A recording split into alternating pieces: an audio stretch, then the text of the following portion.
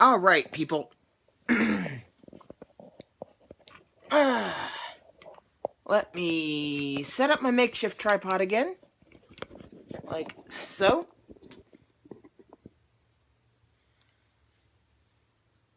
And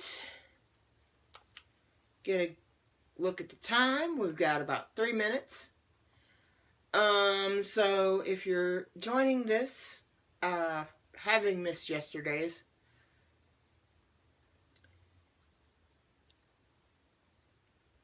in the first episode, we met Alice, who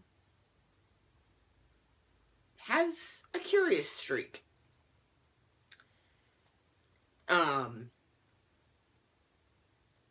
She tried to follow the rabbit down the rabbit hole. And for those who know the book and or the movies,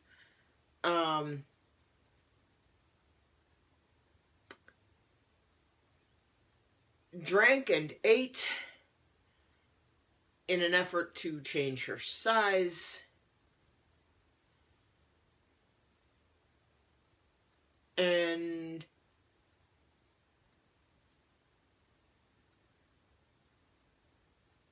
we ended with her eating the cake.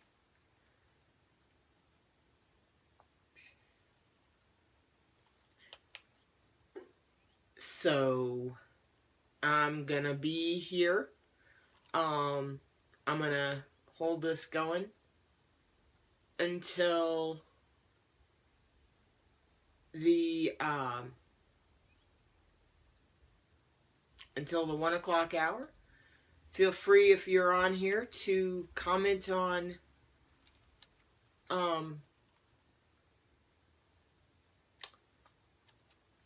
feel free to comment on audio or video. I am most open to that.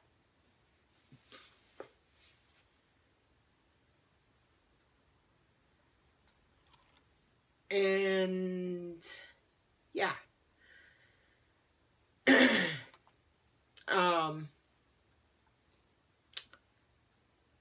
Let's see. Got anybody? Hello, Ken. Good morning. Probably morning for you. Oh, there's 2 of you.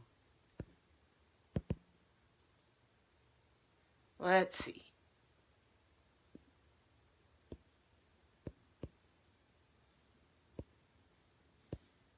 Oh.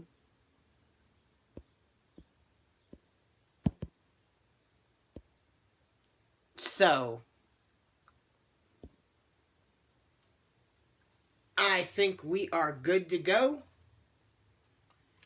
with Chapter 2, The Pool of Tears. "Curiouser and curiouser," cried Alice. She was so much surprised that for the moment she quite forgot how to speak good English. "Now I'm opening out like the largest telescope there ever was. Goodbye, feet."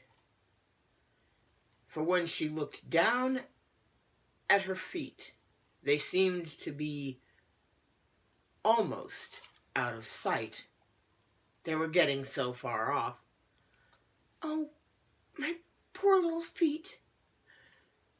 I wonder who will put on your shoes and stockings for you now, dears. I'm sure I shan't be able. I shall be a great deal too far off to trouble myself about you. You must manage the best way you can. I must be kind to them," thought Alice. "Or perhaps they won't walk the way I want them to. Go. Let me see. I'll give them a new pair of boots every Christmas."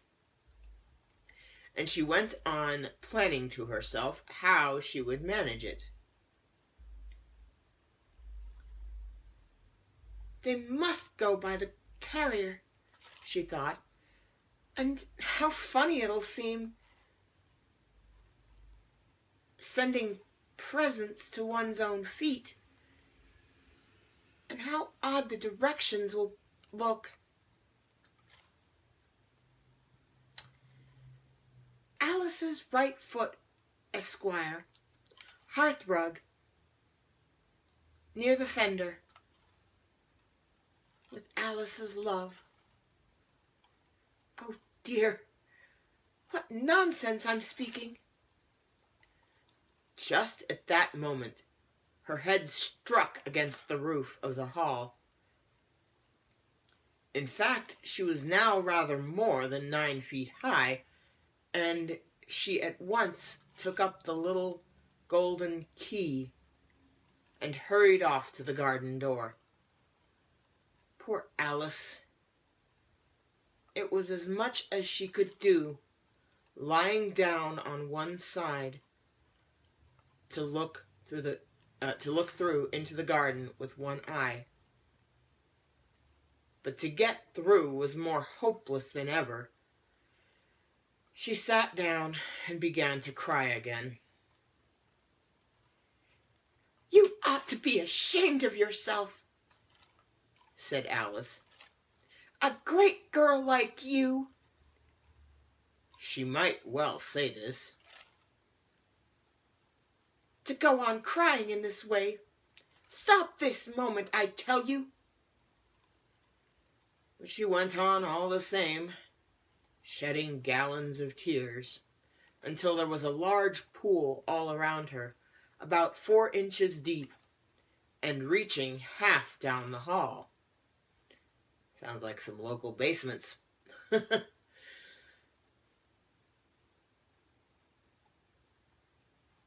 After a time, she heard a little pattering of feet in the distance, and she hastily dried her eyes to see what was coming. It was the White Rabbit returning, splendidly dressed, with a pair of white kid gloves in one hand and a large fan in the other.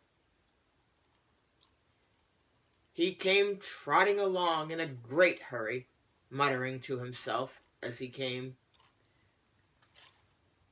"Oh, the Duchess! The Duchess! Oh, won't she be savage if I've kept her waiting?" Alice felt so desperate that she was ready to ask help of anyone. So, when the rabbit came near her, she began in a low, timid voice, "If you please, sir." The rabbit started violently, dropped the white kid gloves and the fan, and scurried away into the darkness as hard as he could go. Alice took up the fan and gloves, and as the hall was very hot, she kept fanning herself all the time. She kept fanning herself all the time she went on talking. "Dear, dear, how queer everything is today. And yesterday, things went on just as usual. Wonder if I've been changed in the night. Let me think. Was I the same when I got up this morning?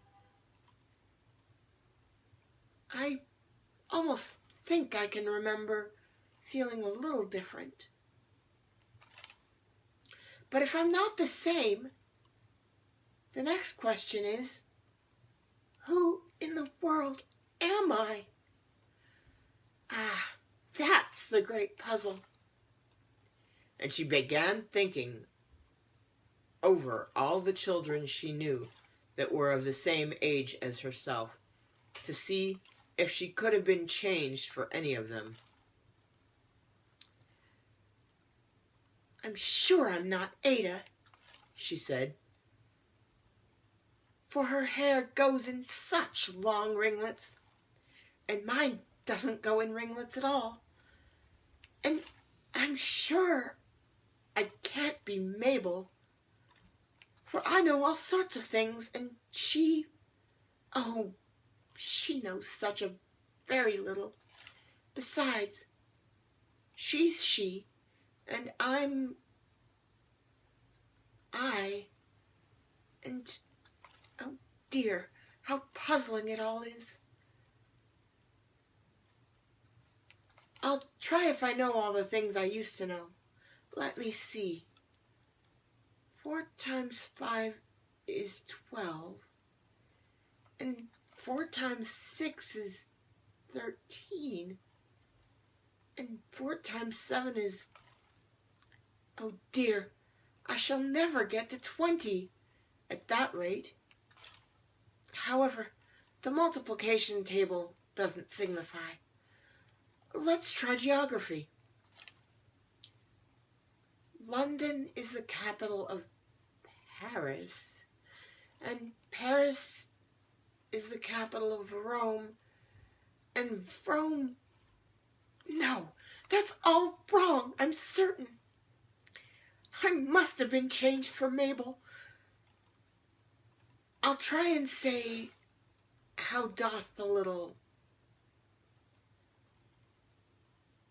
and she crossed her hands on her lap, as if she were saying her lessons, and began to repeat it. But her voice sounded hoarse and strange, and the words did not come the same as they used to do. How doth the little crocodile improve his shining tail, and pour the waters of the Nile on every golden scale. How cheerfully he seems to grin, how neatly spreads his claws, and welcomes little fishes in with gently smiling jaws. I'm sure those are not the right words, said poor Alice, and her eyes filled with tears again. As she went on, I must be Mabel after all, and shall have to live in that poky little house, and have next to no toys to play with, and oh, ever so many lessons to learn. No, I've made up my mind about it. If I'm Mabel, I'll stay down here. It'll be no use their putting their heads down and saying, "Come up again, dear." I shall only look up and say, "Who am I then? Tell me that first, and then, if I like being that person, I'll come up. If not, I'll stay down here till I'm somebody else." But, oh dear, cried Alice, with a sudden burst of tears, I do wish they would put their heads down. I'm so very tired of being all alone here. As she said this, she looked down at her hands, and was surprised to see that she had put on one of the rabbit's little white kid gloves while she was talking.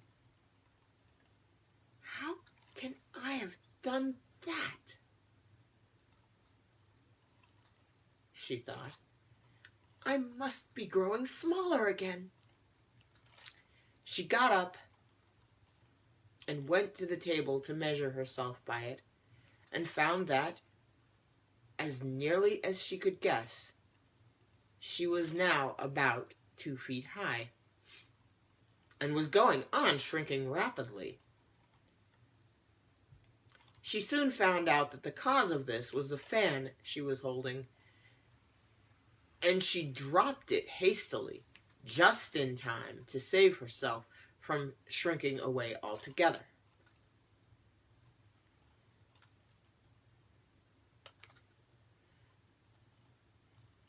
"That was a narrow escape," said Alice, a good deal frightened at the sudden change, but very glad to find herself still in existence.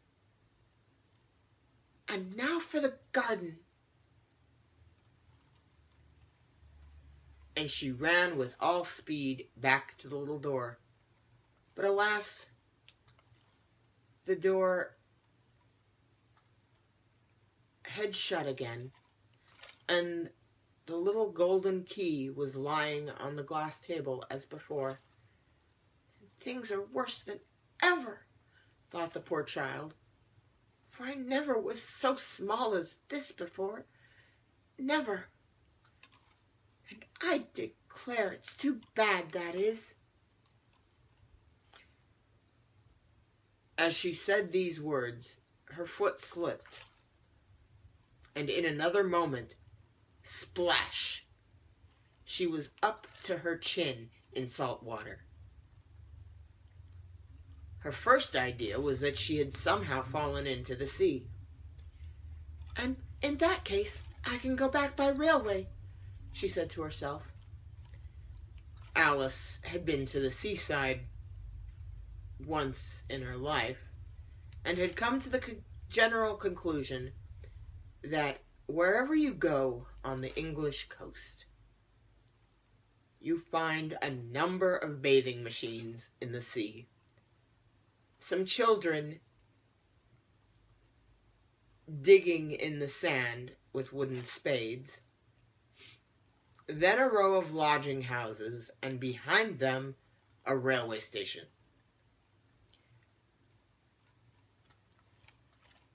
However, she soon made out that she was in the pool of tears which she had wept when she was 9 feet high. "I wish I hadn't cried so much," said Alice, as she swam about, trying to find her way out. "I shall be punished for it now, I suppose, by being drowned in my own tears. That will be a queer thing, to be sure. However, everything is queer today." Just then she heard something splashing about in the pool a little way off, and she swam near to make out what it was. At first she thought it must be a walrus or hippopotamus, but then she remembered how small she was now, and she soon made out that it was only a mouse that had slipped in like herself. "Would it be of any use now," thought Alice, "to speak to this mouse? Everything is so out of the way down here that I should think very likely it can speak. At any rate, there's no harm in trying." So she began. "Oh, mouse, do you know the way out of this pool? I'm very tired of swimming about here. Oh, mouse." Alice thought this must be the way of speaking to a mouse. She had never done such a thing before, but she remembered having seen in her brother's Latin grammar, "a mouse, of a mouse, to a mouse, a mouse, oh mouse."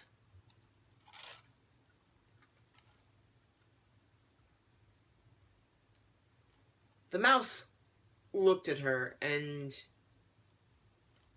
rather inquisitively, and it seemed to her to wink with one of its little eyes, but it said nothing. Perhaps it doesn't understand English, thought Alice. I dare say it's a French mouse. Come over with William the Conqueror. For, with all her knowledge of history, Alice had no very clear notion how long ago anything had happened. So she began again.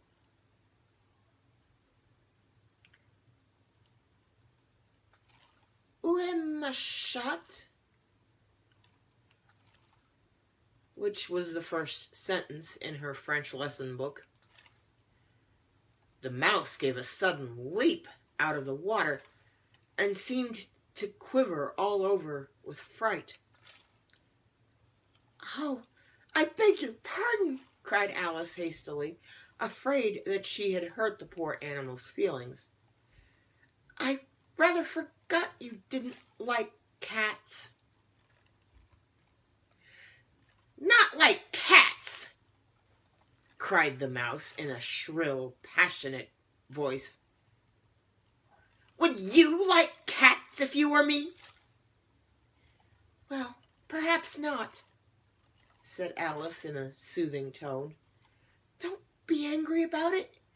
And yes, I wish I could show you our cat, Dinah. I think you'd take a fancy to cats if you could only see her. She is such a dear, quiet thing, Alice went on, half to herself, as she swam lazily about in the pond.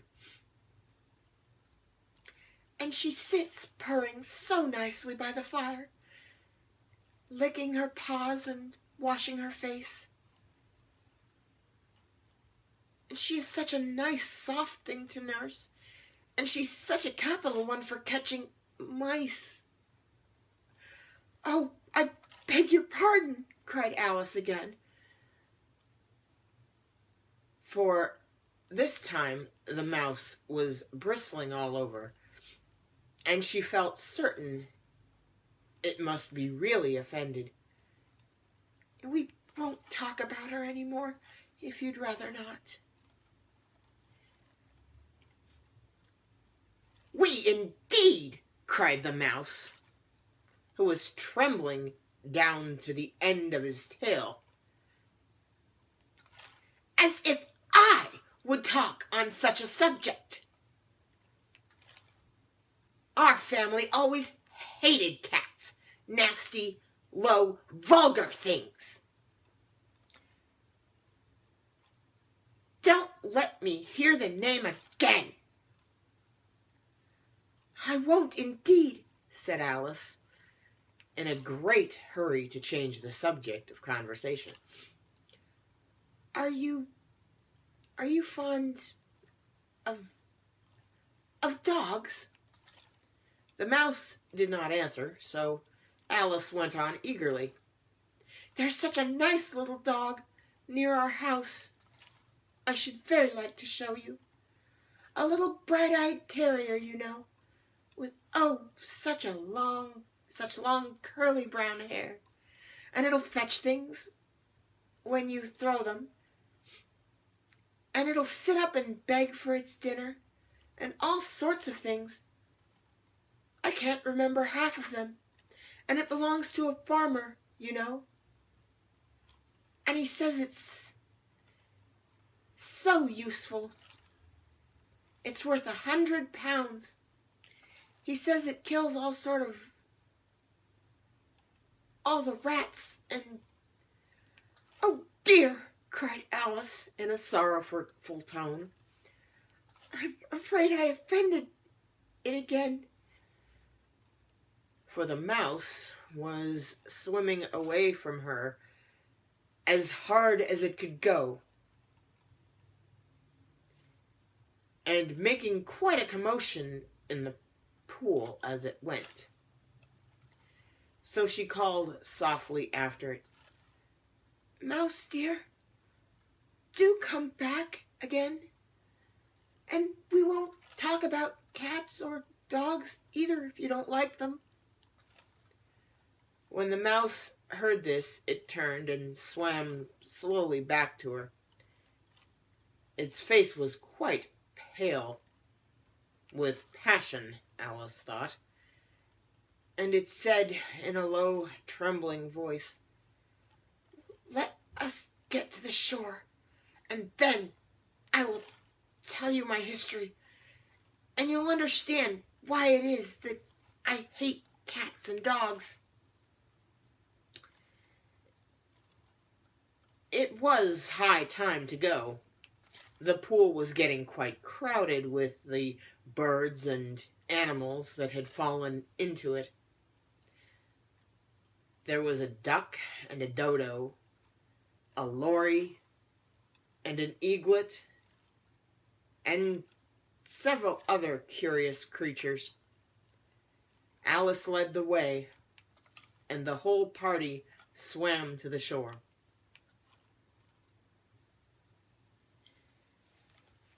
And that is chapter 2.